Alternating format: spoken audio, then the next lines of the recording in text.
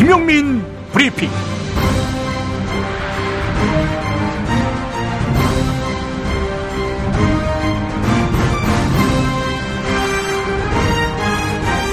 (2016년 11월 18일) 금요일입니다. 어젯밤에 김용민 브리핑 앞으로 메일이 도착했습니다. 소개해드리겠습니다. 저는 아주 늦은 나이에 로스쿨에 진학해서 현재 모 국립대학교 로스쿨 1학년에 재학하고 있습니다.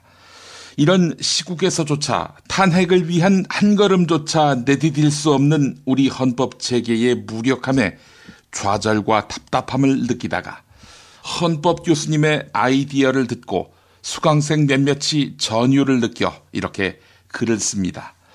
결론부터 말씀드리자면 헌법 부칙에 박근혜의 임기는 2016년 12월 31일까지 한다는 한 조항을 넣어 원포인트 개헌을 하는 것입니다.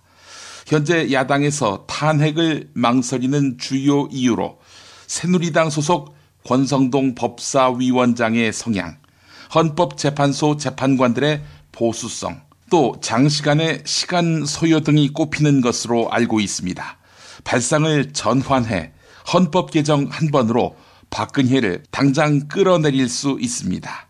권성동이나 헌법재판관 따위가 아닌 우리 국민의 손으로 말입니다. 참고로 헌법 개정 절차는 국회 제적 과반이면 헌법 개정안 발의를 시작할 수 있습니다. 현재는 야당이 과반 이상이지요. 그 다음은 대통령이 공고하는 것입니다. 그러나 형식적 절차지요. 박근혜가 막을 도리가 없습니다. 공고 후 2달 안에 국회의원 제적 3분의 2 이상이 찬성하면 국민투표에 붙일 수 있습니다. 탄핵 또는 하야에 동의하는 비박근혜 계열 새누리당 의원들까지 합하면 뜬구름 잡는 소리가 아닙니다. 그리고 나서 찬성 의결일로부터 30일 이내에 국민투표, 유권자 총수 중 과반 투표, 과반 찬성으로 확정될 수 있습니다. 법사위원장도 헌법재판소도 거칠 필요가 없습니다. 헌법 개정안이 발의되는 순간부터 주도권은 박근혜에게서 우리 편으로 넘어올 것이라 믿습니다. 네, 여기까지입니다. 탄핵보다 훨씬 그 과정이 간결하고 가능성도 상당해 보이네요. 여러분 생각은 어떻습니까? 어쨌든 이 메일을 읽으며 주권재민이라는 헌법 제1조의 뜻을 상기해 보게 됩니다. 김용민 브리핑과 함께하고 계십니다. 건강은 기본 인권입니다. 치료는 사람으로서 누려야 할 당연한 권리입니다. 건강보험료를 체납했다는 이유만으로 건강과 생명을 포기해서는 안 되겠지요. 생계 때문에 건강보험료를 체납한 분들은 아름다운 재단 또는 아름다운 재단의 지원을 받는 건강세상 네트워크 전화번호 02-2269-1901에서 5번으로 전화해 상담을 받아보시기 바랍니다. 02-2269-1901에서 5번입니다. 그리고 건강보험료를 못 내서 고통받고 있는 이들을 돕고 싶은 분들은 아름다운 재단의 60일의 건강보험증에 함께 해주십시오. 많은 분들의 참여가 필요한 상황입니다. 생활고 때문에 건강보험료를 내지 못한 사람들에게 병원은 사치입니다. 그러나 우린 이미 알고 있습니다. 넘어진 사람은 일으키고 아픈 사람은 치료해줘야 한다는 것을. 당신의 기부가 누군가에겐 건강할 권리를 찾는 소중한 기회가 됩니다. 건강할 권리를 찾기 위한 60일의 건강보험증 캠페인. 검색창에 아름다운 재단을 검색해주세요. 야, 너 홍어 판다 그랬지? 팔지. 근데 홍어가 진짜 그렇게 몸에 좋아? 아이, 끝내준다니까. 우리 엄마 관절염인데? 홍어. 나 숙취는? 홍어. 마누라 다이어트는? 홍어. 큰이모 변비? 홍어. 작은 형 소화불량은? 홍어. 여동생 피부? 홍어. 큰 누나 주름? 홍어. 명절 때 선물은? 홍어라니까. 근데 비싸지? 열라 싸고 열라 맛있는 홍어가 있다니까. 어디? 알싸한 홍어. 네이버 검색창에 알싸한 홍어를 검색하시고 1599-6456.com 혹은 1599-6456 전화주문도 가능합니다. 하나 더, 알싸한 홍어는 진공포장 택배 배송 판매하며 직접 개발한 특제 소스를 서비스로 드립니다. 충남 금산의 넓은 인삼밭. 정성농장을 일군 농부아버지 이정열 씨. 자연은 노력한 만큼 내어준다. 그 자연의 마음을 알기에 정성농장을 더불어 일구는 아들 이성규 씨도 아버지에게 배운 것처럼 정직하고 또 성실하게. 정성농장 홍삼은 인삼 재배부터 가공 판매까지 모두 책임지고 있습니다. 그래서 대한민국 1등 품질을 자부합니다. 검색창에 정성농장 홍삼을 검색해주세요. 정성농장 홍삼. 전화문의는 010-9754-6972. 굶고 뛰고 땀 빼고 다 해봤다. 그래봐야 소용없었다. 다이어트는 결국 먹는 게 문제다! 다이어트 전문 쇼핑몰 비타샵에서 수식가지 동결건조 채소 곡물에다 3가지 단백질, 거기에 효소와 비타민, 미네랄을 더해 만든 다이어트 전용 그린 스무디를 추천합니다. 다이어트 전용 그린 스무디, 이걸 어떻게 하는 거죠? 하루 2끼만 맛있고 든든한 비타샵 스무디로 바꿔 드시면 됩니다. 검색창에서 비타샵을 검색해주세요. 이제부터는 관록의 뉴스 해설가 김용민이 오늘 아침 조간신문을 훑어드립니다.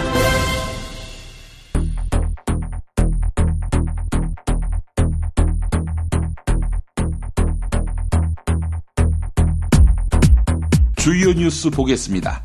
청와대가 CJ 이미경 부회장을 압박한 이유, 영화 변호인이 결정적인 이유였던 것으로 나타났습니다. 검찰이 박근혜 게이트 수사에 비협조적인 청와대를 압박하기 위해 박근혜를 조사하지는 않았지만 최순실, 안종범 등의 공소장에 박근혜의 범죄 혐의를 적시하려는 움직임이 포착됐습니다.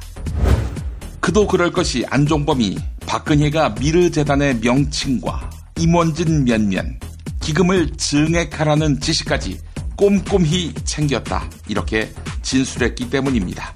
한편 최순실도 미르재단과 K스포츠재단은 박근혜 아이디어다 라고 진술했다고 합니다. 슬슬 불기 시작하네요.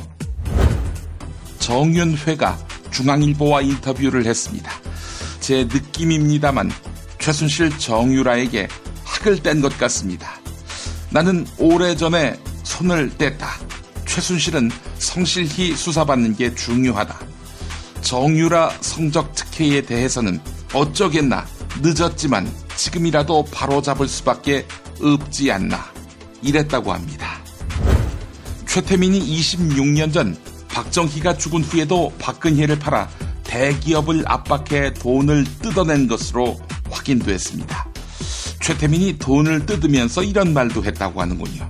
박근혜는 내가 속옷까지 직접 사다 줄 정도로 나 없으면 아무것도 못하는 사람이다, 이렇게 말입니다.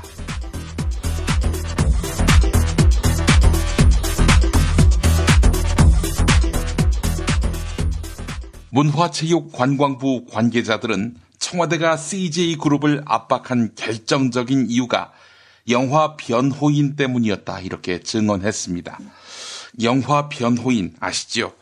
관람객이 1000만 명을 돌파하면서 고 노무현 전 대통령에 대한 추모의 열기를 일으킨 영화 말입니다. 이 무렵 CJ를 손보라, 이런 주문이 청와대에서 나왔다고 합니다. 당시 청와대 지시는 김기춘 비서실장이 몸통이었다고 하는데요.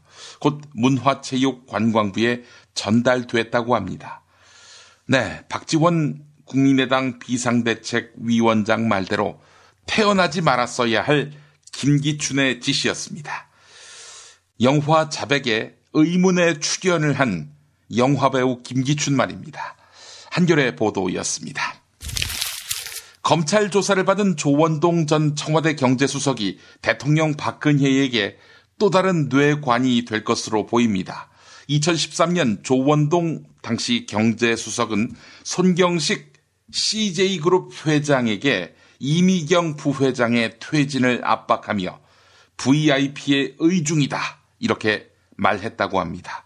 CJ와 포스코 인사 개입, 그리고 김영재 성형외과의 해외 진출 추진에 박근혜의 지시가 있었다는 진술이 있었지요. 증거까지 나오면 박근혜에게 직권남용 및 권리행사 방해 혐의가 적용될 수 있습니다. 한국일보 보도였습니다. 대통령 박근혜가 어제 두 번째 조사 연기 요청을 했습니다. 이에 대해 검찰은 마지막 시점이 오늘까지라는데 변함이 없다라면서 단호한 입장으로 맞섰습니다. 검찰이 자신감을 보이는 이유는 박근혜에 대한 조사 없이도 혐의를 특정할 수 있다고 판단하고 있기 때문입니다. 검찰은 일괄 기소될 것으로 예상되는 최순실과 안종범, 정호성의 공소장에 박근혜의 혐의 내용을 적시할 것으로 보입니다. 한겨레가 보도했습니다. 안종범이 대통령 박근혜가 미르재단에 이름을 짓고 인사 문제에 개입하고 기금을 증액하도록 지시했다. 이렇게 검찰에 진술했다고 합니다. 미르의 몸통이 박근혜라고 토로한 것입니다. 압수수색을 통해 확보한 안종범의 다이어리에서도 같은 내용을 확인할 수 있었습니다. 또한 검찰은 박근혜와 최순실이 K스포츠재단 설립 과정에도 영향력을 행사했다는 증거물을 여럿 확보했습니다. 옴짝달싹 못할 증거가 있다는 것입니다. 조선일보 보도였습니다.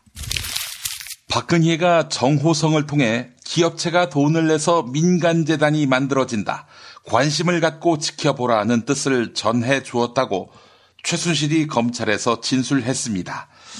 그간 미르재단, K스포츠재단을 좌지우지하며 국정농단을 주도한 당사자로 지목됐던 최순실 아닙니까? 이거 박근혜의 아이디어다라고 밝힌 셈입니다. 검찰은 그동안 의혹의 정점에 대통령이 있다 이렇게 공언했었지요. 하여간 최순실도 입을 열고 있습니다. 이 와중에도 대통령 박근혜와 청와대의 버티기, 반격 구상이 윤곽을 드러내고 있습니다. 국민일보는 새누리당 친박계 내부에서 내년 초까지만 버티면 반전의 계기가 생길 수 있다는 이야기까지 흘러나왔다라고 전했습니다.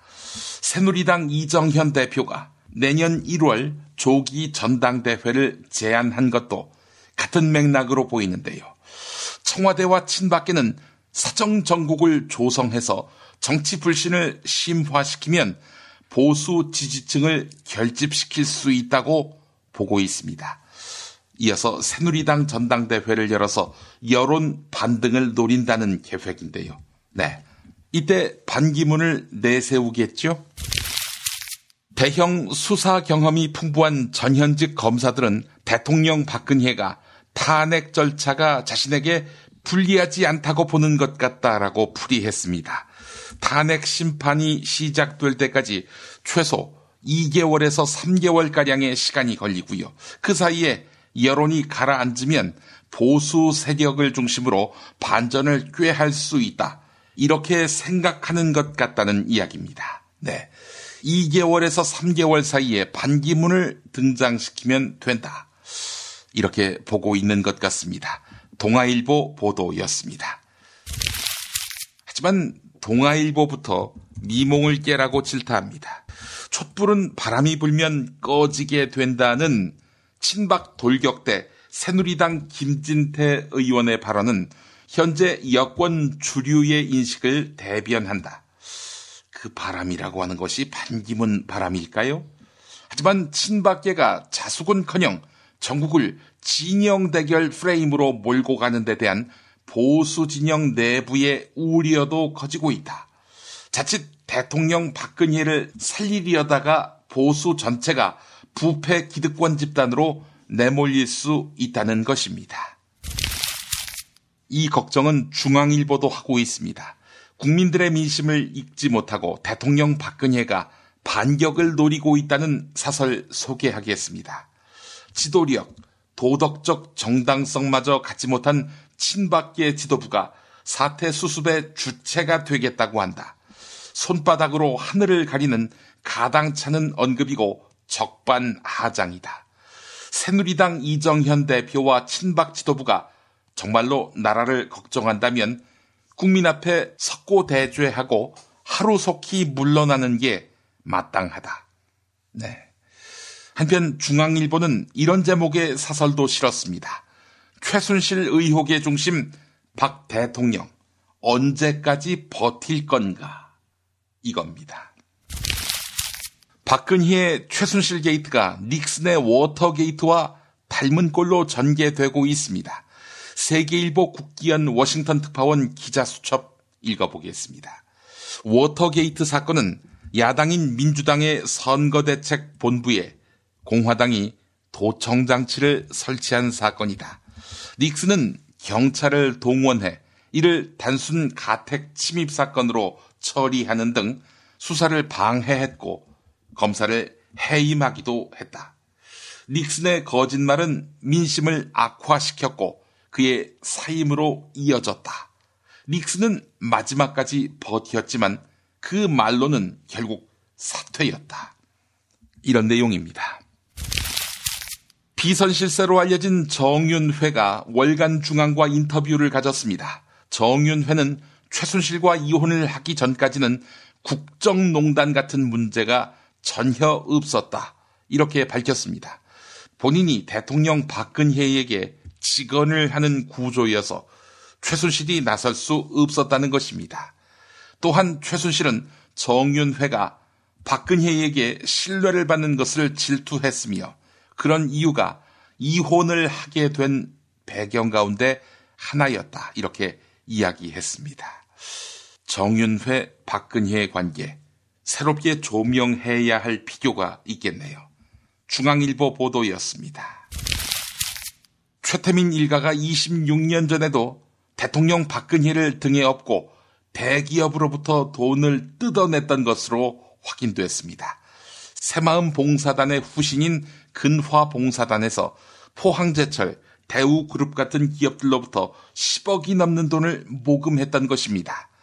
한편 최태민은 유경재단 직원 50에서 60명을 모아놓고 속옷이 들어있는 봉지를 흔들어 보이며 박근혜 이사장은 내가 속옷까지 직접 사다 줄 정도로 나 없으면 아무것도 못하는 사람이다, 이렇게 말한 적이 있다고 합니다. 검찰이 부산 LCT 사건을 수사하고 있습니다. 여기에 최순실, 최순득 자매가 포함된 개모임의 개주 김모 씨에 대해 압수수색을 실시했습니다. 검찰은 LCT의 시행사인 청안건설 이영복 회장이 이 개모임을 통해서 최순실 자매에게도 로비를 했는지 조사하고 있습니다. 한편 이석수 청와대 특별감찰관도 현기환 전 청와대 정무수석이 LCT 비리에 연루돼 있다는 첩보를 입수해 내사를 벌였던 것으로 드러났습니다. 박근혜가 지위 고하를 막론하고 신속하게 수사하라, 이렇게 지시했지요. 비박과 야당 인사 날리려다가 측근들까지 다치게 생겼습니다. 조선일보 보도였습니다. 국민일보는 이영복이 정관계 로비 명단과 비자금 액수가 담긴 장부를 갖고 있었는데 이를 검찰이 일부 확보한 것으로 알려졌다, 이렇게 전했습니다. 한편 현기환이 평소 이영복에게 형님, 이렇게 호칭했다고 한 내용도 있습니다. 검찰이 악에 받쳐서 청와대 주변 인사만 수사하는 건 아닌지 모르겠습니다. 국정농단 의혹을 받고 있는 최순실의 조카 장시호는 승마 특기생으로 연세대에 진학했습니다. 하지만 장시호는 성적이 최하위권인데도 연세대에 성적 장학금을 받고 입학한 것으로 드러났습니다.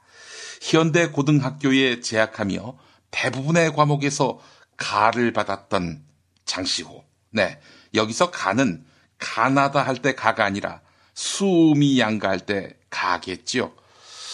2학년 때는 교련을 제외한 전 과목에서 가를 받기도 했습니다. 아이고 장시호, 네, 교련 이 한 과목에만 치중했군요. 또한 연세대는 장시호가 입학하기 직전 특기생 선발대상 운동 종목에 기타 항목을 추가했다고 합니다. 네, 경향신문이 보도했습니다. 미궁 장사랑! 구렁이똥 이뻤다. 장이 살아야 내 몸이 산다. 배변 활동에 도움을 주는 건강기능식품입니다. 미궁 장사랑. 지금 검색창에 미궁 장사랑을 검색하세요. 정권교체를 함께 염원하는 판촉물 쇼핑몰 네피알. 기념품, 답례품, 기왕이면 네피알로 인터넷 검색창에 입력하시거나 032-519-4800으로 전화하세요. 카카오톡 아이디는 네피알. 일산 라페스타에 있는 풍무 양고기, 즉석에서 숯불에 구워먹는 양갈비하고 양꼬치, 이거 맛보시면 다른 걸 찾지 않아요. 못하니요 시방, 빨리 예약들 안 하고 031-902-9292. 수아비스랩닷컴에서 한 달간 오픈 기념 행사로 100% 페이백 행사를 진행합니다. 구매한 가격만큼 그대로 현금으로 돌려주는 100% 페이백. 부담 없이 수아비스 화장품의 효과를 확인하세요.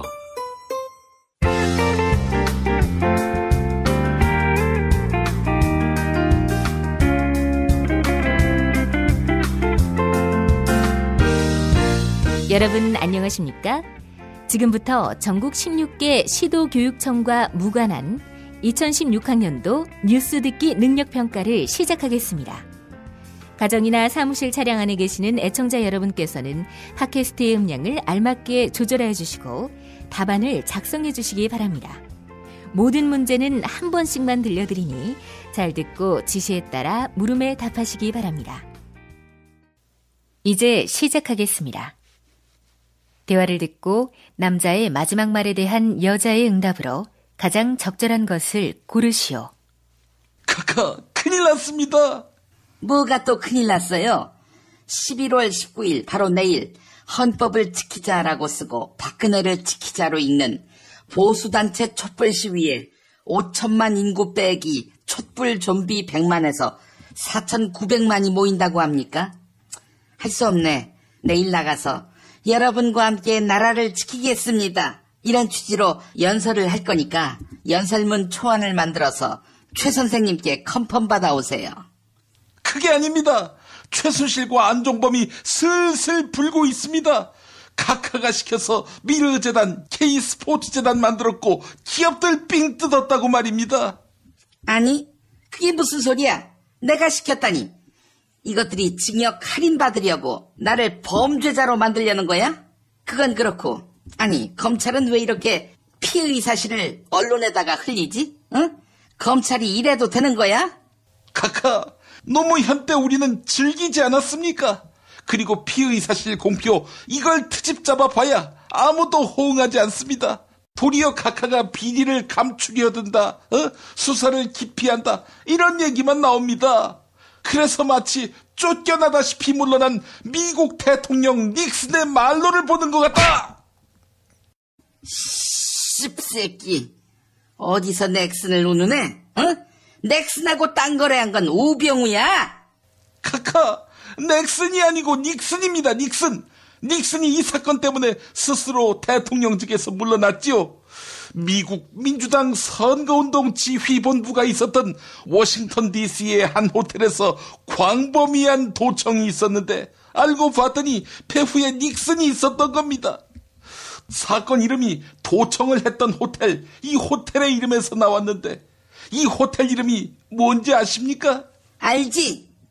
1번 고려장, 2번 코리아나, 3번 워터게이트, 4번 호텔 캘리포니아, 5번 특급 한마음.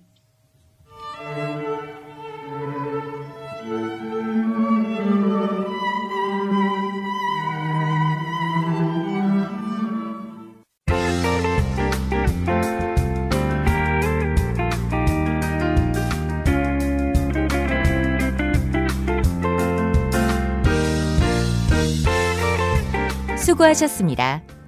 수험생 여러분은 팟빵 게시판에 정답과 이메일 주소, 사연을 남겨주시기 바랍니다.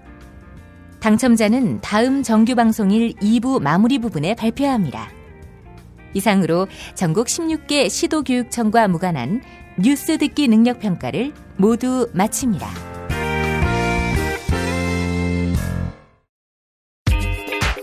자기야, 매트리스 고르기 너무 힘들어. 대한민국 최초 매트리스 멀티샵 매트리스엠 몰라? 전 세계 최고 브랜드 정품만 취급해. 매트리스 살 때는 꼭 매트리스엠으로 오세요.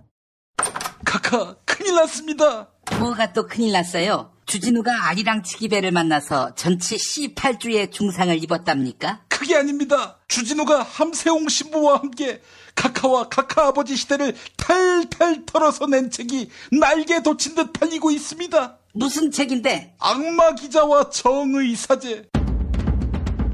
악마 기자 주진우, 정의 사제 함세웅의 속 시원한 한국 현대사 콘서트. 악마 기자 정의 사제. 왜 때리십니까? 빨리 다 사드려. 더 이상 그 책 못 읽게. 시사인북에서 나왔습니다.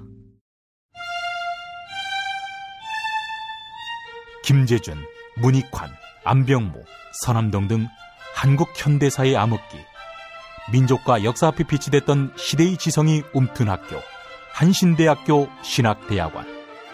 한신대학교 신학대학원 장학기금 마련을 위한 음악회가 11월 29일 화요일 저녁 7시 반, 서울 수유동 한신대학교 신학대학원 예배당에 서 있습니다. 소프라노 박미애, 메조소프라노 추이명, 테너 박현준, 바리톤 류연승 등 유명 성악가와 함께합니다.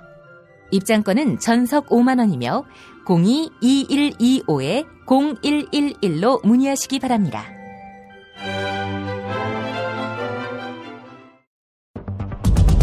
She never ever quits. 中国不能缺席。 Der Holocaust für Deutschland. Ma senti, col dolore umano non si può essere neutrali. 국제뉴스의 맥. 한반도와 국제 문제를 전문적으로 취재하는 황준호 기자 만나겠습니다. 황 기자님. 예, 안녕하십니까. 아니, 박근혜 씨가 한중일 3국 정상회의에 참석한다고요? 외교에서도 버티기 작전에 들어간 것 같습니다. 사실 한중일 정상회의는 과거에 이런저런 이유로 특히 아베 망언 이런 것들 때문에 여러 번 연기된 적이 있는 아주 비정기적인 모임입니다. 3개국 정상 누구라도 이게 사정이 여의치 않는다면 얼마든지 연기할 수 있고 사실 또 만나서 특별히 하는 얘기도 없습니다.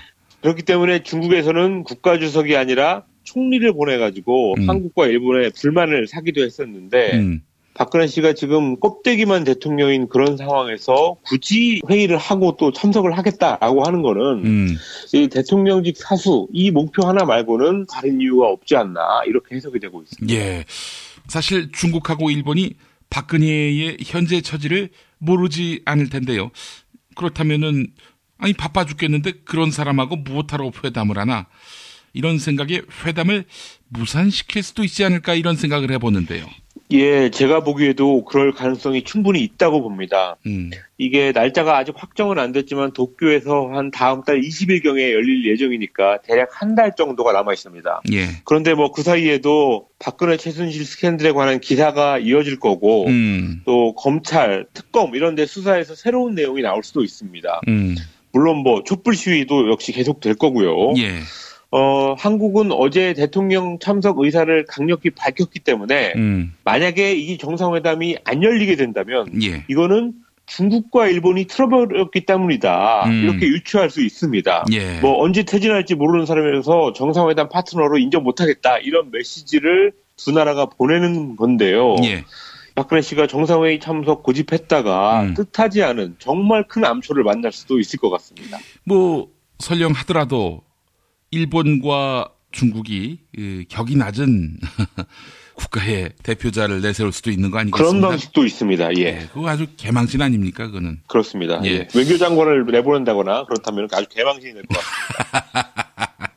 자, 그래서 사실 한국 정부 입장에서는 어떻게든 회담을 무조건 성사시켜야 하겠다. 이런 목표가 생긴 것 같습니다. 예, 윤병세 외교부 장관이 어제 국회에서 일본이 날짜를 제의하고 의견을 취합하고 있다라고 하면서 박근혜 대통령이 참석하는 게 맞다라고 말을 했습니다. 이 말을 현실로 만들기 위해서는 아마 미친 듯이 물밑작업을 해야 되지 않을까 이렇게 예상이 됩니다. 예.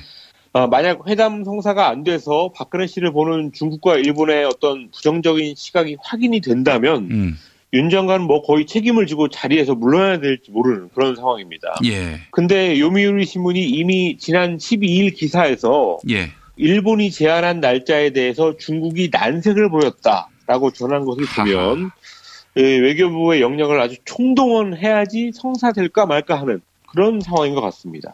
그렇군요. 사실 일본은 한국에게 고마운 게 많기 때문에 아베가 만나줄 수는 있을 것 같습니다만은 만약에 중국이 틀어버린다. 지금 불편한 관계 아닙니까? 이러면은 회담 성사가 안 되는 거 아닙니까? 한중일 정상회담인데. 그렇죠. 예. 중국은 이미 이 한국의 사드 배치 결정 때문에 화가 많이 나 있는 상태이기 때문에 뭐 이리 빼고 저리 빼고 하면서 정상회의를 결국 무산시키는 방법으로 박근혜 정부한테 일종의 보복을 할 가능성도 있습니다. 예. 박근혜 씨가 소위 외치에서도 대통령 노릇을 하는 것처럼 이렇게 애를 쓰다가 훨씬 더 깊은 함정에 빠질 수 있다는 점. 네. 이 지금 버티기 작전 짠 사람들 요거를 좀 계산해야 될 것 같습니다. 예. 자, 에이펙 정상회의 이거는 안 가기로 했단 말이죠. 결국 저 황교안이 가기로 한 모양이죠? 예, 황교안 총리가 19일, 20일 페루 리마를 방문해서 에이펙 정상회의에 참석한다고 어제 총리실이 밝혔습니다. 1993년 에이펙 정상회의가 열린 후에 한국에서 대통령이 아닌 총리가 이 정상회의에 참석하는 것은 이번이 처음입니다. 근데 연합뉴스 기사를 보면은 황교안 총리가 당초에는 아르헨티나도 방문할 계획이었지만 국내 사정이 엄중하다고 보고 아르헨티나 방문 일정은 취소했다. 이렇게 돼 있는데요. 예. 이분 참 눈치가 없는 사람인 것 같습니다. 나라 걱정해가지고 취소했다 이런 식으로 좀 공치사를 하려고 한 것 같은데 이 나라가 이 모양인데 에이펙에 간 김에 옆 나라까지 한번 가보자 이렇게 생각했다는 것 자체가 굉장히 부적절한데 이게 뭐가 자랑이라고 이걸 또 공개를 했는지 참 알다가도 모를 상황입니다. 황교안이 아르헨티나 갈 생각을 했다. 이거 누가 알았습니까? 연합뉴스 보도되기 전에는 전혀 몰랐죠. 예. 그렇습니다. 예. 자, 총리가 대신 가는 거니까 격이 많이 떨어지는 거 아니겠습니까? 아마 다른 나라 정상들과의 양자회담 이건 없겠죠? 예, 페루 제1부통령하고 회담하는 게 유일하게 하나 있기는 합니다. 근데 이거는 페루 주최국에서 아주 의례적으로 스치듯이 만나는 거기 때문에 양자회담 사실상 없다고 봐야 할 것 같습니다. 국무총리를 했던 이회찬 의원이 얼마 전에 에이펙은 총리가 가면은 아무 쓸모가 없다라고 하면서 그게 바로 대통령이 식물인 상태라서 빚어지는 외교적인 타격이다 이렇게 지적을 했었는데 정확히 그런 상황이 지금 벌어지고 있는 겁니다. 예. 이번 에이펙 하면은 오바마, 시진핑, 아베, 푸틴 이렇게 북핵 외교의 핵심적인 정상들이 다 오는 회담입니다. 그런데 한국은 아무런 힘이 없는 총리가 가다 보니까 그런 중요한 사람들하고 얘기도 제대로 못하게 됐습니다. 지금 지르고 있는 형국 아닙니까? 그러니까 나 건재하다 이걸 지금 보여주고 싶어하는 형국인데 그냥 지금이라도 에이펙에 본인이 가는 방법은 없나요? 오늘 출발하는 거니까 그건 어려울 것 같고요. 오늘 출발하는군요. 예. 자, 알겠습니다. 한중일 3국 정상회의를 해야 한다면 페루에서 하면 됐을 텐데 말이죠. 그렇습니다. 정상회담을 통해서 반드시 해야 될 얘기가 있다면 시진핑도 오고 하니까 황 총리가 대신 참석하는 3자 회의를 페루에서 하면 되는 겁니다. 근데 이거를 굳이 도쿄에서 따로 하겠다라고 하는 거는 이 박근혜 씨가 정치적 위기를 탈출해 보려고 정상 외교를 활용하는 것밖에 안 됩니다. 그런 뻔한 의도에 중국과 일본이 과연 들러리를 서줄지 아주 중요한 관전 포인트가 될 것 같습니다. 알겠습니다. 자, 다음 소식으로요. 아베 일본 총리가 4년째 기업들에게 임금 인상을 압박하고 나섰다. 우리가 참 주목해야 될 부분들이 있는 것 같습니다. 예, 아베가 그저께 일본 기업들의 노사 대표들하고 다 같이 만나는 자리에서 내년 봄 임금 인상 투쟁, 춘투라고 하죠. 춘투 때도 최소한 올해 수준의 임금 인상이 이루어지기를 기대한다. 이런 말을 했습니다. 한국의 전경련에 해당하는 일본 경단련 사람들이 그 자리에 있었으니까 그 사람들 들으라고 한 소리였는데 아베가 이렇게 임금 인상을 독려한 것은 올해로 벌써 4번째가 됩니다. 자, 한국의 대통령과 전경련 사이의 대화에서는 전혀 상상할 수 없는 풍경 아닙니까? 예, 한국의 대통령이란 분은 전경련 기업들 만나가지고 결국 최순실한테 가는 돈, 이 돈 내라고 하고 그 대가로 기업들 민원 들어주는, 그러니까 뭐 규제 완화라든지 쉬운 해고법 마련 이런 것들, 그런 식의 일을 했지만 아베는 임금 인상을 종용하는 이런 일을 합니다. 예. 아베는 역사 인식에 있어서는 굉장히 반동적인 인식을 가지고 있는 사람이지만 국내 경제 정책 이쪽 측면에서는 부러운 점이 분명히 있습니다. 예. 뭐 임금 인상을 하라는 요구는 간단합니다. 노동자들의 주머니를 채워줘야지 소비가 늘고 그래야지 경제가 살아난다. 이런 판단 때문입니다. 4년 내내 그런 행보를 했는데 말이죠. 어떻습니까? 효과가 있었습니까? 불행히도 뚜렷한 효과는 아직까지 보지 못하고 있습니다. 왜냐하면 일본 기업들 역시 이 돈을 자기들이 버는 것만큼 투자를 확대하거나 임금을 인상하는데 이런 데 돈을 쓰는 게 상당히 인색했기 때문입니다. 예. 그리고 내년 같은 경우는 수출도 잘 안 될 걸로 예상이 되고 또 트럼프가 미국 대통령에 취임하면서 불확실성이 더 커지기 때문에 더 불안해지는 그런 상황이 됐습니다. 그렇지만 그럴수록 수출 대신에 일본 내수를 살려가지고 경제를 돌아가게 하려면 임금 인상이 필수적이다. 이런 판단을 가지고 임금을 올려라. 이런 압박을 더 실질적으로 할 수도 있을 것 같습니다. 예. 그래서 일본에서는 이런 상황을 관제춘투다. 이렇게 부르고 있습니다. 예. 아베가 정말 어처구니 없는 역사 인식을 갖고 있고요. 또 하는 짓거리를 보면은 저게 어떻게 정상일 수 있나라는 생각이 들지만 기본적으로 일본 국민들에게 폭넓은 지지를 받고 있는 걸 보면 그 나름의 또 이유가 있었네요. 그렇습니다. 이런 것들이 다 기반이 돼가지고 그다음에 과도한 노동을 금지하는 야근금지법 이런 것도 지금 준비하고 있고 이런 것들이 국민들한테 광범위한 지지를 받고 있습니다. 예.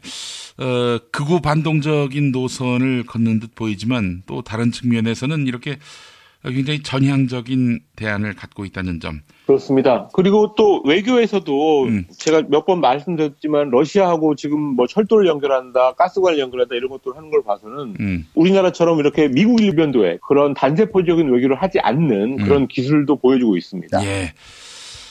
아이고 참 뭐 우리는 뭐 다른 건 몰라도 참 국민들 삶을 돌아볼 줄 아는 그런 지도자 찾기가 참 쉽지 않아서 말이죠.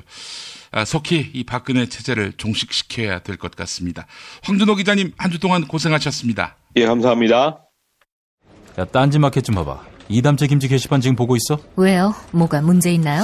야, 어떻게 하나같이 맛있다, 예술이다, 감탄했다, 물건이다, 또 재주문했다 이런 글만 올라올 수 있지? 이거 공작의 냄새가 나지 않아? 아무래도 그런 것 같아. 이담채 김치 게시판에 작전 세력이 개입한 거 아닐까요? 그럴 리가요. 이담채 김치는 맛있는 김치 말고는 따로 자랑할 게 없습니다. 드셔보시고 판단하세요. 포털 사이트에서 이담채 김치 주문 전화는 1544-4586 1544-4586. 그리하여 이 가을 나는 새싹당 콩차를 마십니다. 그리하여 나는 마음이 놓입니다. 그리하여 새로운 세상을 만납니다. 그리하여 새싹당 콩차. 새싹당 콩차 어느덧 여러 곳에서 판매합니다. 하지만 진정한 새싹당 콩차는 전창걸닷컴에서 구매하시죠. 전화문의 070-8635-1288 070-8635-1288.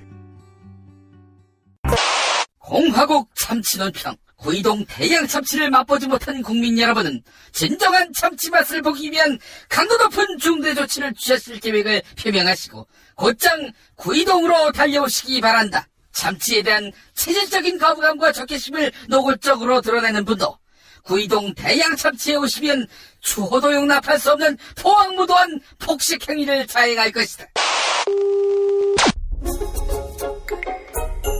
구이동 대양 참치. 월요일 참치데이 이벤트, 화요일 참치머리 서비스로 함께합니다. 주차장 걱정 마시고요.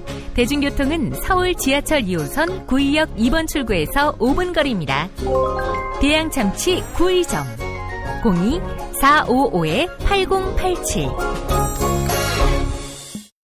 어머나, 내가 이렇게 작아졌어? 네, 메이드 바이어스에서는 환상이 현실이 됩니다. 3D 실물 피규어 그리고 수공예품을 제작해드리는 전문 쇼핑몰 메이드 바이어스.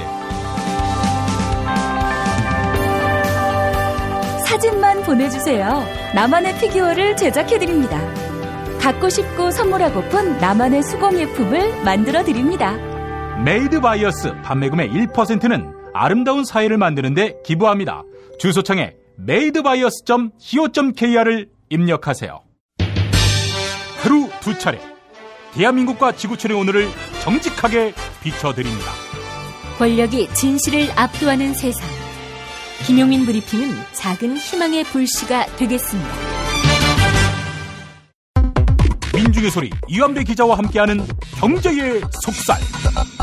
이완배 기자 만나겠습니다. 이완배 기자님. 네, 안녕하십니까. 예. 우리 이완배 기자님 자제분은 언제 수능을 봅니까? 3년 뒤에 보게 될 것 같습니다. 아, 그렇군요. 제 아들은 9년 뒤입니다.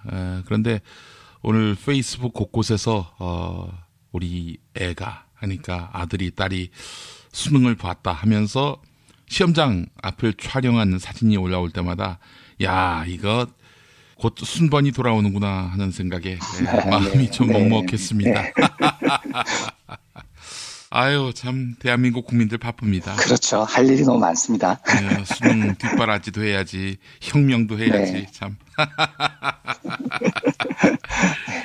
예, 자, 오늘 이야기 시작할 텐데 문형표 국민연금 이사장, 이 사람 이야기부터 하신다고요? 네, 우선 제가 어제 녹음을 끝내고 방송을 다시 들어보니까 목소리가 너무 불편하게 들리셨을 것 같아요. 그래서 다시 한번 사과드리고요. 아유, 별말씀. 오늘은 어제보다는 나은데 그래도 좀 불편하실 것 같아서 여전히 죄송스럽습니다. 예. 어제 이어서 제가 국민연금공단에 대해서 조금 더 이야기를 드리려고 하는데요. 예. 어제 소개해드렸던 그 삼성물산 제일모직 합병관에서요. 어제 조간에 한겨레 신문에서 단독 보도가 있었습니다. 저희 브리핑에서도 김용민 PD님께서 소개를 해주셨고요. 기사 내용의 핵심은 이겁니다. 삼성물산 제일모직 합병을 앞두고 국민연금 의결권 행사를 하는 전문위원이 청와대와 보건복지부 장관한테 찬성을 종용받았다라는 거죠. 예. 그걸 누가 종용했느냐?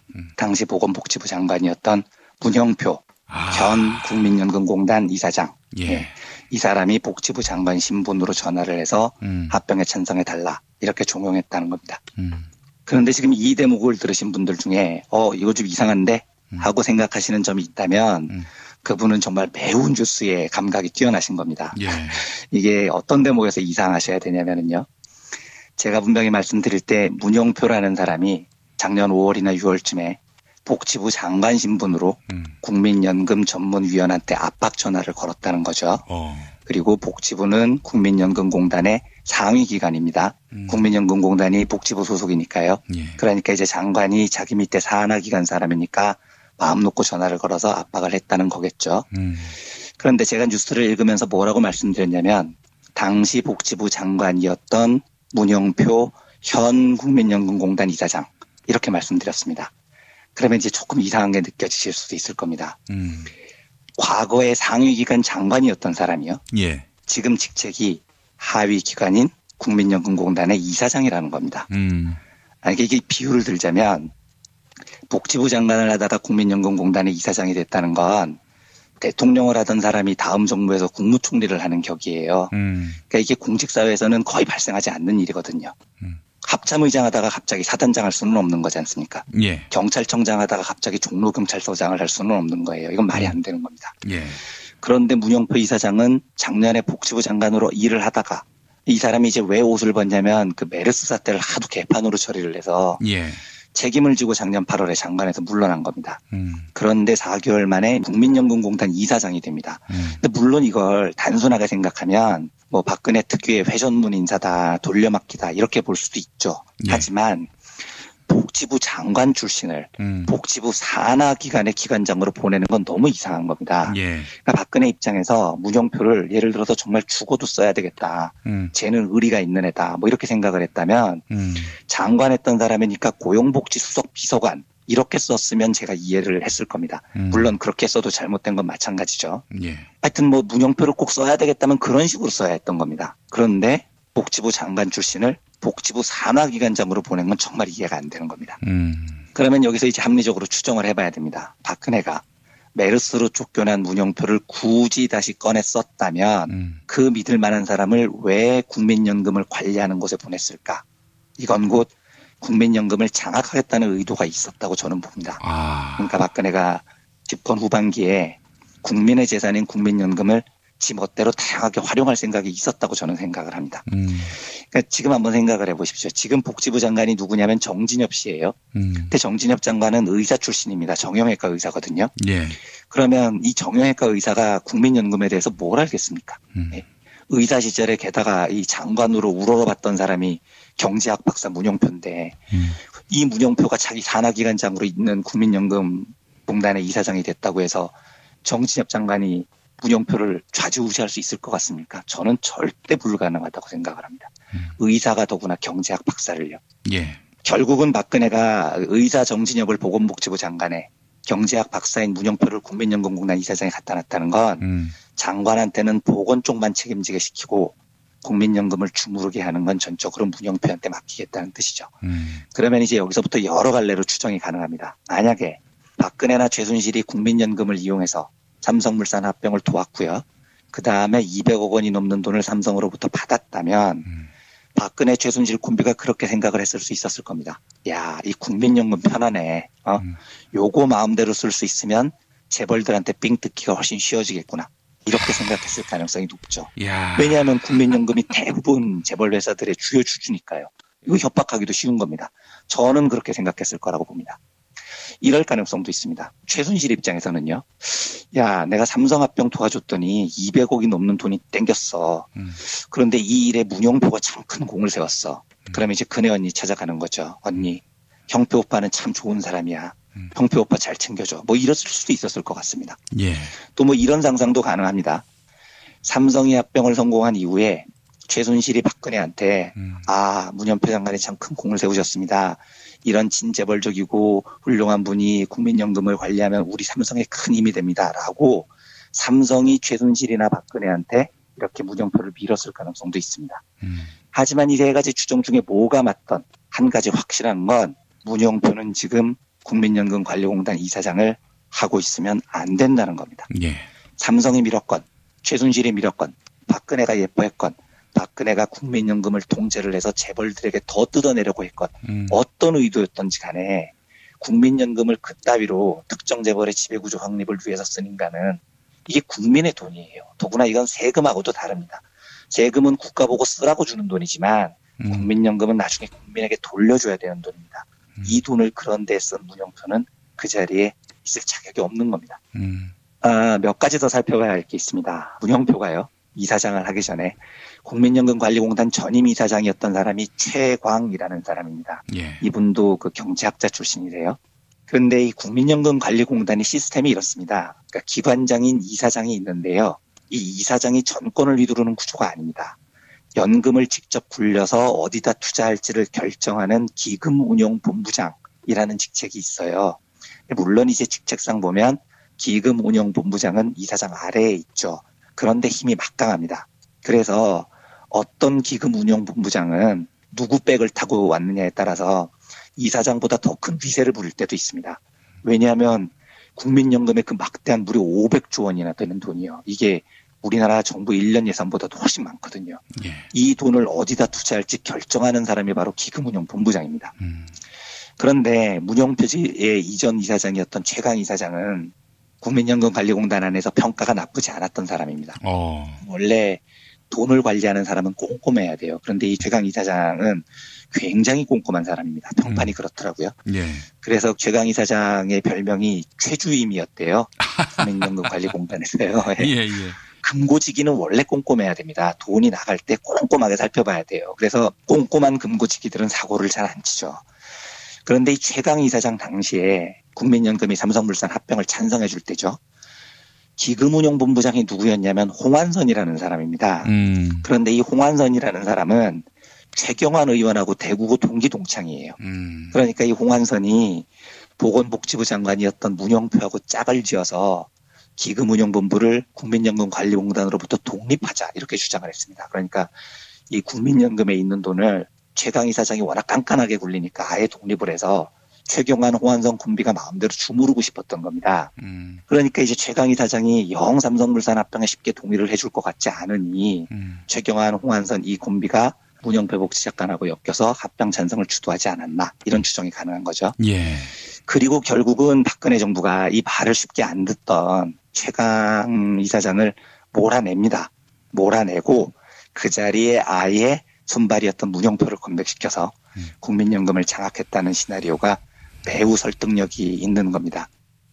최강 이사장은 그 복지부가 계속해서 사퇴하라고 압박을 했을 때 버틴 사람이에요. 근데 이 사람이 작년 10월에 갑자기 사퇴를 합니다. 들리는 소문에 의하면 상당히 버틸 것 같았는데, 그러니까 이분이 실제로 10월 27일에 사퇴를 하는데 10월 26일까지도 사내통신망에 결전의 의지를 밝히고 그러셨어요. 그러니까 안 물러날 것 같았거든요. 예.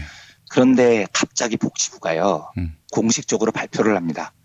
국민연금의 자금 운영을 포함한 국민연금공단의 운영 실태를 대대적으로 점검하겠다. 이렇게 발표를 한 겁니다. 예. 그러니까 탈탈 털겠다고 협박을 한 거죠. 그러니까 이제 최강 이사장이 결국은 27일에 백기를 들더라고요. 사실은 저는 그때 느낌이 어땠냐면, 이 최강 교수도 좀 제동욱 검찰총장하고 비슷한 길을 걷는구나, 뭐 그런 생각이 저는 하여튼 들었었어요. 예. 근데 아무튼 그렇게 박근혜 최순실 군비는 눈에 가시 같았던 최강을 몰아내고 문영표에게 국민연금을 지금 맡긴 거죠. 자, 그래서 이제 물어야 됩니다. 문영표 이사장이 국민연금공단 이사장의 자리를 차고 앉아있을 자격이 있습니까? 제가 보기에는 검찰 수사를 받아야 될 것 같은데요. 예. 그래서 어제 그 정의당 윤소아 의원, 보건복지위원회 소속이시죠. 윤소아 의원이 보도자료를 냈습니다. 내용이 이래요. 국민연금 문영표 이사장은 즉각 사퇴해야 합니다. 아울러 부당하게 압력을 행사하여 국민연금에 막대한 손해를 입힌 것에 대해 엄중한 처벌을 받아야 할 것입니다. 이렇게 보도자료를 냈더라고요. 예. 윤소아 의원의 주장에 100% 동의합니다. 문영표 씨는 지금 당장 국민연금공단 이사장에서 물러나고요. 관련 의혹에 대해서 수사를 받고요. 죄가 있다면 처벌을 받아야 됩니다. 이 참 국민 재산 알기를, 국민들의 돈을 자기 호주머니 돈으로 한 이런 부도덕한 세력들이요, 하루빨리 물러나고요. 좀 깨끗하고 유능한 정부가 들어섰으면 좋겠습니다. 참 참담합니다. 참여정부 때 기억이 납니다. 국민연금이 언젠가는 빈털터리가 될 것이다. 여기에 우리가 뜻을 모으자.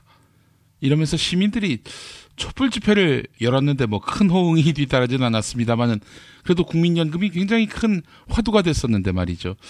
이명박 정부 때 이른바 기관 개입이라고 합니까? 그 국민연금 기금을 갖고 재벌들 추락하는 주가를 제동 거는데 쓰이기도 하고 말이죠. 받쳐줬죠. 네.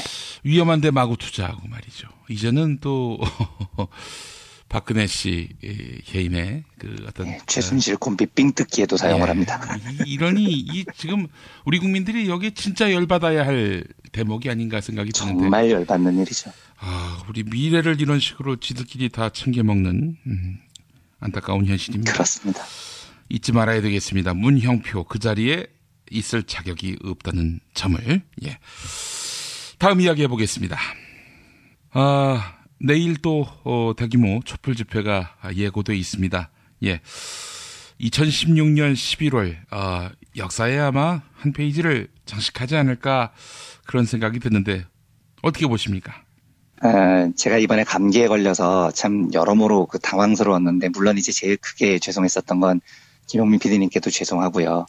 방송 들으시는 분들께도 참, 그 1년 내내 목 관리 잘하시는 이 프로들의 모습이 정말 놀라워 보였습니다. 제가 이번에 존경스러워졌는데, 제가 이번 감기 때문에 조금 다른 면에서 짜증이 났었던 게 있었는데요. 그게 뭐냐면, 토요일 집회에 너무 좋은 컨디션으로 나가고 싶은 거예요.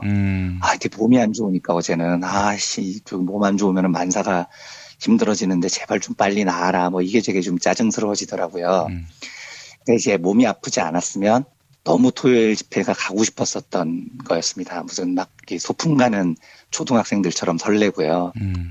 제가 2002년 월드컵 때 기자였었는데, 그때 그 출입처에 있는 분들 만나서 여쭤보니까 몇십만 원짜리 티켓을 암표로 구입을 해서 월드컵 경기장에 가신다는 거예요. 그래서 저는 뭐 월드컵을 좋아하긴 하지만 그 정도는 아니어가지고 진짜 이해가 안 돼서 아니 그 암표가 80만 원, 100만 원 이러는데 그걸 사셔서 가시냐고 그랬더니 그분들 하는 말씀이 이 기자님 평생에 가도 우리가 언제 월드컵을 제 눈으로 한번 보겠습니까? 이건 평생에 한 번 있을 기회인데 꼭 가야죠. 이렇게 얘기를 하신 기억이 나요. 그런데 저는 이번 집회를 어떻게 생각을 하냐면 진짜 내 평생에 다시는 오지 않을 자리인 것 같습니다. 제가 46년 동안 살면서도 한 번도 경험해보지 못했고요. 그러니까 저는 이게 농담입니다만 그 집회 주최 측에서 광화문에서 사람들이 너무 많이 와서 안 되겠으니까 돈 내고 들어와라 해도 저는 갈 것 같아요. 평생 한 번 있는 또 오지 않을 기회인 것 같아서 너무 이게 꿈 같은 겁니다. 87년 6월 항쟁의 현장에도 저는 잊지 못했었고요. 4.19 혁명 때도 당연히 저는 잊지 못했었고요. 그러니까 혁명의 현장에 서 있다는 건 정말 돈 내고도 못하는 경험이죠. 그래서 제가 이 시위에 나가는 건 물론 뭐 박근혜를 다도해야 되겠고 그런 의지를 가지고 싸워야 되겠고 이 역사 속에서 제가 정말 시민으로서의 임무를 다해야 되겠고 이런 마음이 가득 차야 이제 봄이 나겠지만 솔직히 말씀드리면 굉장히 개인적인 이유인 겁니다. 나도 이 역사의 현장에 있었다는 게 내 기억에 남았으면 좋겠다. 그러니까 순전히 저의 영광을 위해서 저는 나가고 싶은 거예요. 제 개인적인 욕심입니다만 87년 6월 항쟁 세대라고 하죠. 이 세대들처럼 제가 나이가 들었을 때 저는 2016년 11월 혁명 세대라고 저는 기억이 되고 싶습니다. 그러니까 먼 훗날에 제 손자들한테 이 할아버지가 왕년에 2016년 11월 혁명 때 길거리에서 있었잖아. 이걸 자랑하고 싶습니다. 그래서 저는 감기에 빨리 나와서 좀 편하게 이번 주말에 광화문에 나가보고 싶어요. 커다란 시민혁명이라는 건요. 그 시간은 시민혁명을 함께하는 사람들한테 하나의 굉장히 큰 공통된 기억을 남겨줍니다. 그래서 그 시간을 함께 겪은 사람들에게는 00세대, 땡땡세대 이런 이름을 붙이죠. 그리고 그 땡땡 세대에게는 공통의 경험이 있고요. 공감이 있습니다. 이건 그 사람들만이 알 수 있는 공감인 거예요. 그러니까 아무리 사람들이 인생을 다르게 살아도 나중에 보면 잊을 수 없는 연대의 고리, 그 사람들만의 감정들이 남습니다. 그 11월 8일에요. 서울대 8호 학번들이 시국선언문을 냈습니다.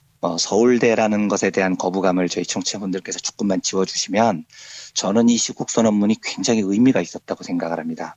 왜냐하면 보통 이제 시국선언을 하면 학생들은 총학생회, 교수님들은 교수회 이런 이제 중심 조직이 있어서 그 조직적으로 시국선언을 하지 않습니까? 그런데 이 시국선언문은 1985년에 입학한 543명 1동 이렇게 나옵니다. 이제 그 해에 서울대 입학 정원이 5,319명이니까 한 10%가 모였는데 제가 물어보니까 이게 사흘 만에 모인 거라고 하더라고요.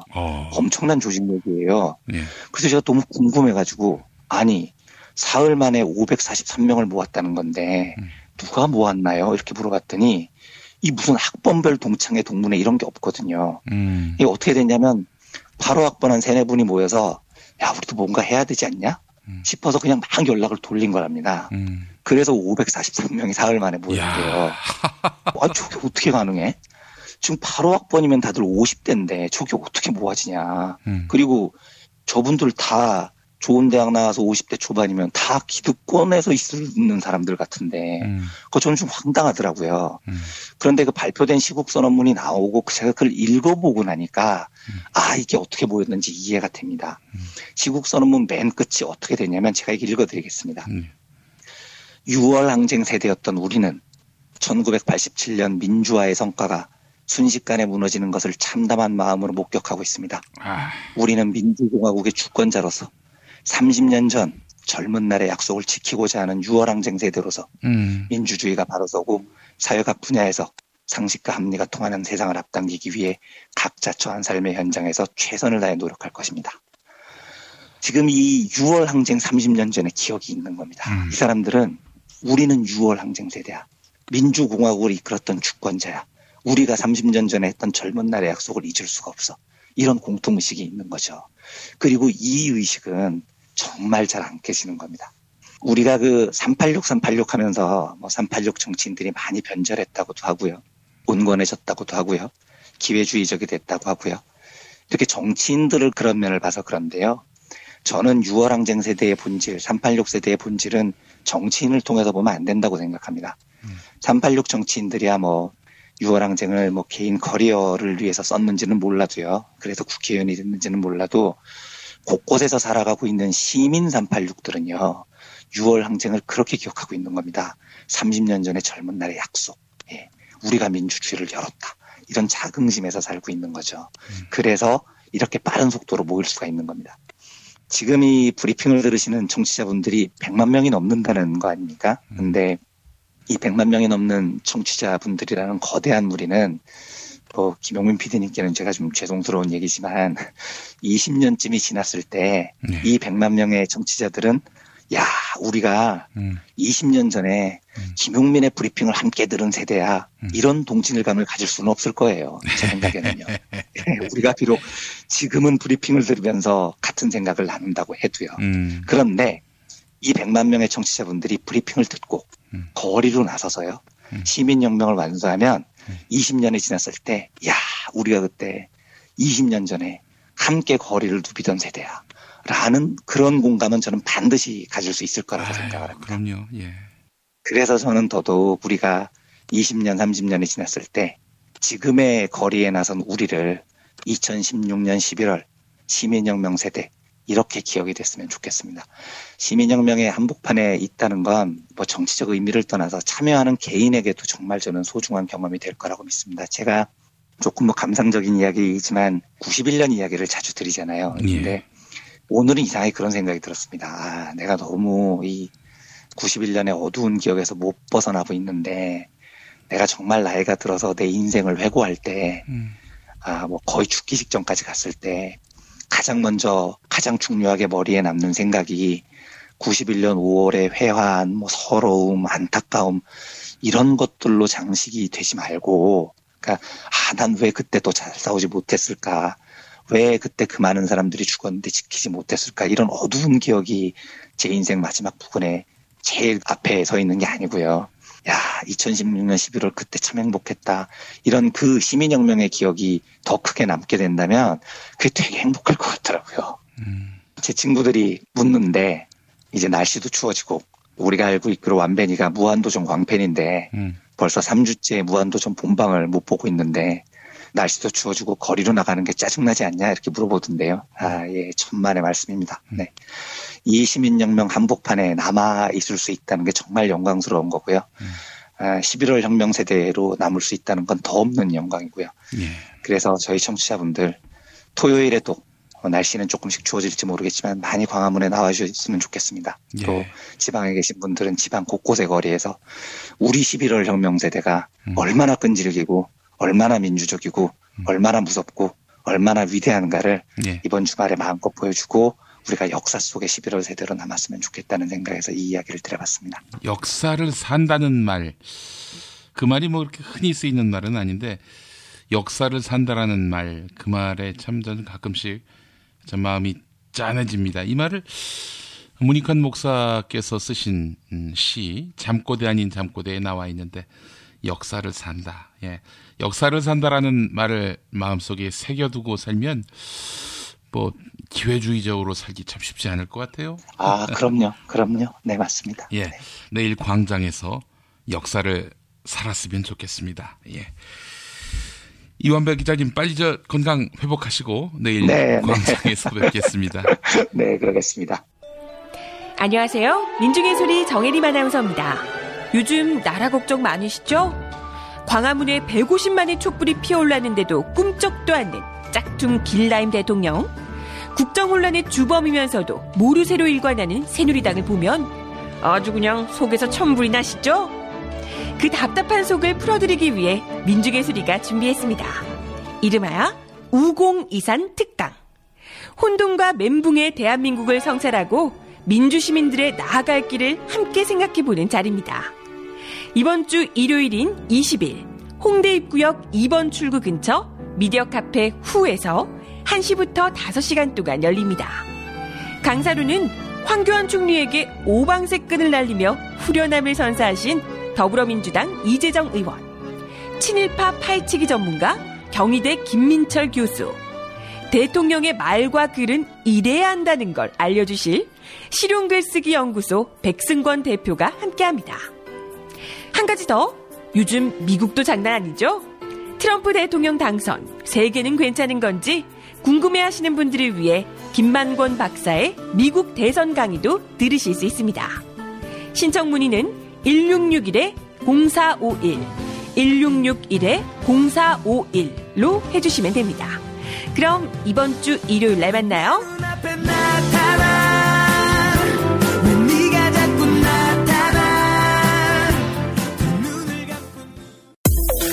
건강식품의 지존 전복을 택한다면 100% 완도에서 잡은 와우 전복. 네이버에서 와우 전복을 찾으세요. 010-2443-0818. 포르투갈 정통의 레시피로 만드는 에그 타르트, 달콤함 그 이상의 감동. 타르트팜 킨텍스점. 일산 전 지역 배달, 단체 주문은 수도권 가능. 문의 전화 031-923-2995. 검색창에 타르트팜 킨텍스점. 한우 사고를 집어넣고 24시간 팔팔 끓인 곰탕, 연지연 곰탕. 어린이부터 노인까지 누구나 좋아하는 건강식 연지연 곰탕. 택배로 신청하시려면 010-7252-1114.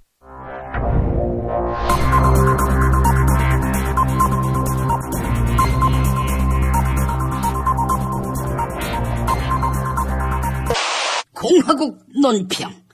낯을 많이 가리는 성격 탓에 참사가 발생해도 7시간 동안 대면 보고를 받지 않으신 박근혜 동지께서는 박 동지를 신속하게 대면 조사하겠다고 나선 검찰총장 김수남에 대한 강도 높은 국가적 중대 조치를 취하실 계획을 표명하시고 구체적인 공격 방침을 제시하시었다. 경애하는 박근혜 동지의 단호한 결심은 정의로운 척 제살기를 찾아 나선 박쥐 김수남에 대한 격한 분노의 표시다. 검찰총장 김수남은 건방지게도 박근혜 동지에게 대면 수사를 받으라고 다그쳤다. 그러나 박 동지는 지난해 신년 기자회견에서 이렇게 천명하시었다. 여러분, 대면 보고가 필요하다고 보세요. 호호호호호. 불과 2년도 안 된 일을 기억 못하는 금붕어 지능을 가진 주제에 검찰총장을 시켜줬으면 고맙다고 머리 숙여야 하는데 이제는 고개를 빳빳이 들고 있는 김수남. 이 김수남은 박동지를 참을 수 없이 모독하고 우롱하고 천추의 한이 될 망동의 다름 아니며 처절한 대가를 자초할 악수 중에 최악수의 다름 아니다.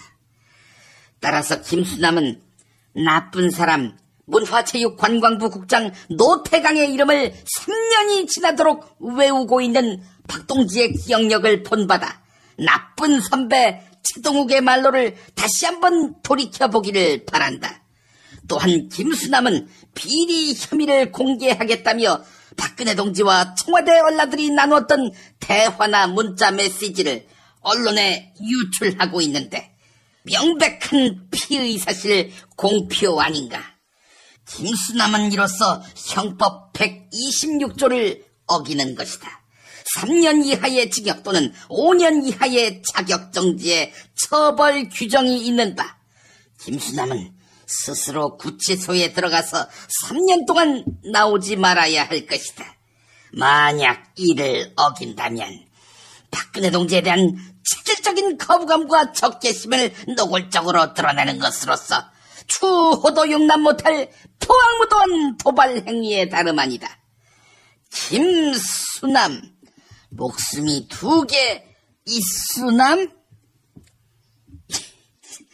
이제라도 김수남은 박근혜 동지를 찾아가 참회의 눈물을 흘리며 박 동지에 대한 이야기를 떠벌리고 다니다가 구속당한 조웅 목사 꼴만은 나지 않게 해달라고 이 말을 땅에 찍고 반성해야 할 것이다. 아울러 김수남은 LCT 비리 사건을 조작 수사해서 야당 놈들 또 비박계 놈들만 죄다 잡아들여야 할 것이다. 그래서 나중에 박근혜 동지가 감옥에 들어가시면 구속된 비선 실세들을 병풍처럼 둘러세우고 구치소 안에서 역적들에 대한 친국에 나설 것이다. 만약 김수남이 이 같은 지시마저 거절할 때에는 박동지의 치솟는 분노와 경천동지할 탄압의 불벼락을 피할 수 없게 될 것이다. 김용민 브리핑이 선정한 오늘의 칼럼은 안재승 한겨레 논설위원회 참 나쁜 대통령입니다. 지금 박근혜 대통령과 그의 측근들은 검찰 수사를 방해하고 다른 이슈를 부각한다면 국민 분노가 어느 정도 누그러질 때까지 시간을 벌 수 있다고 생각하는 것 같다. 끝까지 권력을 내놓지 않고 남은 대통령 임기 1년 3개월을 다 채우겠다는 의도다. 국민의 안위나 국가의 장래는 안중에 없고 오로지 권력에 대한 욕심밖에 없는 모습이다. 경제가 파탄나고 외교와 안보가 무너져도 상관없다는 태도다. 양심이라고는 눈꼽만큼도 찾아볼 수가 없다. 참 나쁜 대통령을 상대하는 방법은 처음부터 한 가지뿐이었다. 국민의 힘으로 물러나게 하는 수밖에 없다. 100만 촛불로도 정신을 못 차렸다면 500만 촛불, 1000만 촛불을 통해 국민의 결연한 뜻을 보여줘야 한다. 박 대통령이 계속 민심에 기름을 부어 폭력 사태를 유발해 반전을 꾀할 것이라는 우려도 있지만 그런 얕은 수에 넘어갈 국민이 아니다. 야당도 더 우왕좌왕해서는 안 된다. 뒤늦게 숟가락을 얹은 처지에 잿밥에만 정신이 팔려 주판화를 굴린다면 야당 역시 역사의 심판을 피할 수 없을 것이다. 사소한 견해 차이로 불협화음을 낼 시간이 없다. 탄탄한 공조를 바탕으로 국민의 뜻을 받들어 대통령을 퇴진시켜야 한다. 새누리당의 양심 세력도 힘을 보태야 한다.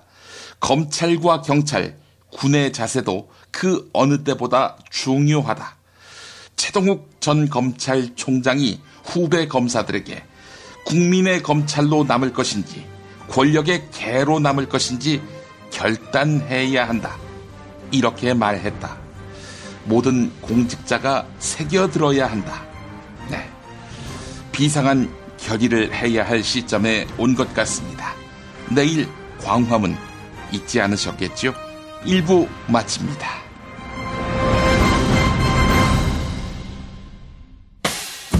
김용민 브리핑과 함께한 시간 어떠셨어요? 다음 시간에도 보다 바르고 알차며 즐거운 정보로 여러분을 찾아가겠습니다. 팟캐스트 포털 팟빵에서 다운로드하기, 구독하기, 별점 주기, 댓글 달기로 응원해주세요. 잊지 마세요. 다운로드하기, 구독하기, 별점 주기, 댓글 달기.